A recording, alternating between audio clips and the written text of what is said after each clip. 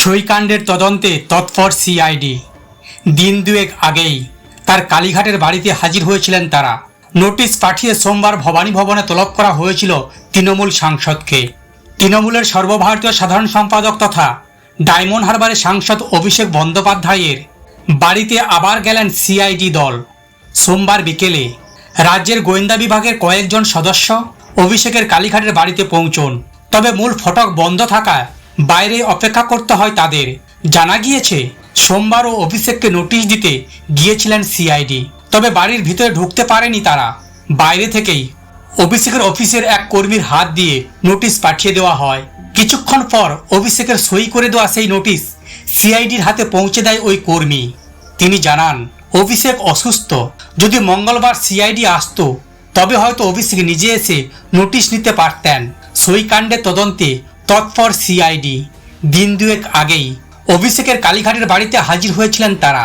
Notice পাঠিয়ে সোমবার ভবানী ভবনে তলব করা হয়েছিল তৃণমূল সাংসদকে, কিন্তু শারীরিক অসুস্থতার কথা জানিয়ে 2 সপ্তাহ সময় চান অভিষেক। তবে সোমবার তার বাড়িতে হাজির হন সিআইডি। পরে জানা যায় অভিষেককে 7 দিন সময় দেওয়া হয়েছে। প্রসঙ্গত সই সংকটে ভুগছে তৃণমূল। বিধানসভার বিরোধী দলনেতা, উপদলনেতা এবং মুখ্য সচেতক কে হবেন এ নিয়ে পরিষদীয় নিয়মের জটিলতায় পড়তে হয়েছে তাদের। অভিযোগ উঠছে অভিষেকের বিধানসভার স্পিকার রবীন্দ্রনাথ বসুর কাছে তৃণমূল বিধায়কদের সই করা প্রস্তাবিত চিঠি পাঠান। তাতে কয়েকজন বিধায়কের সই জাল করা হয়েছে। সোমবারই মুখ্যমন্ত্রী শুভেন্দু অধিকারী জানান তৃণমূলের 2 বিধায়ক ঋতব্রত বন্দ্যোপাধ্যায় এবং সন্দীপন সাহার অভিযোগের ভিত্তিতে বিধানসভার তরফে হেয়ার স্ট্রিট থানায় এফআইআর দায়ের করা হয়। এই ঘটনার তদন্তে পুলিশকে সাহায্য করছে সিআইডি। পরে ঋতব্রত এবং সন্দীপনকে বহিষ্কার করে তৃণমূল। সেই তদন্তের সূত্র ধরে শনিবার অভিষেকের বাড়িতে যান সিআইডি। প্রথমে বোঝা যায়নি কেন রাজ্যের গোয়েন্দা দল তৃণমূল সাংসদের বাড়ি গিয়েছিলেন। পরে জানা যায় সইকাণ্ডের তদন্তে নোটিশ ধরাতে গিয়েছিলেন তারা। সোমবার বেলা 12টায় অভিষেককে ভবানী ভবনে তলব করা হয়েছিল। যদিও তৃণমূল সাংসদ সিআইডিকে চিঠি পাঠিয়ে জানান তিনি হাজিরা দিতে পারছেন না।